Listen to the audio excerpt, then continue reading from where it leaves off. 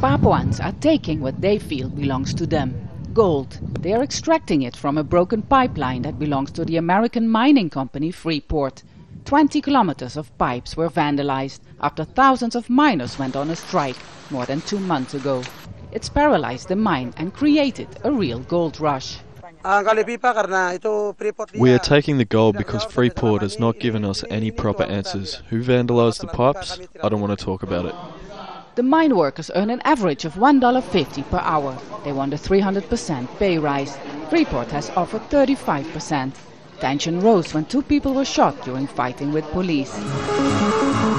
Freeport started operating one of the world's largest gold and copper mines in Papua in the 1960s. Ever since then, Papuan people have been protesting about the way they are treated. Ini simbol kejahatan, kemanusiaan. To us, Freeport is a symbol of evil, inhumanity and injustice. People are evicted from their land. That's why I call this violence a breach of humanity. Papuans complain that despite the presence of gold and copper, they are still poor. And for that, they blame Freeport. But the company sees it differently. Freeport Indonesia has the commitment because, again, we are long-term investors. We have been in Indonesia for more than 40 years. And our commitment is reflected by not only the fund that we allocate for the development of Papuan people, but also our commitment in affirmative action.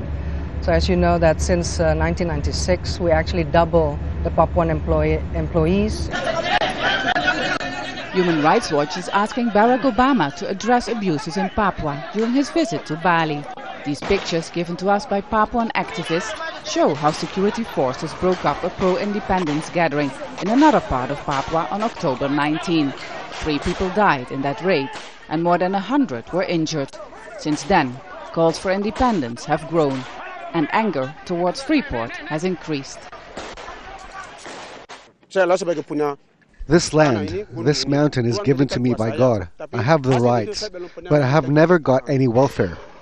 Instead of working on the ground for Freeport, CRINUS and many striking workers are taking gold from the broken pipes to town. Gold shops are flourishing. Everyone, old and young, is trying to get a share of this gold rush. Increasingly, Papuans are demanding their rights. When U.S. Secretary of State Hillary Clinton expressed concern about abuses in Papua last week, the Indonesian government responded irritated. Now, with President Obama visiting, Indonesia has already said Papua is not going to be on the agenda, but many believe it's an issue hard to avoid. Stepfasen, Al Jazeera, Bali.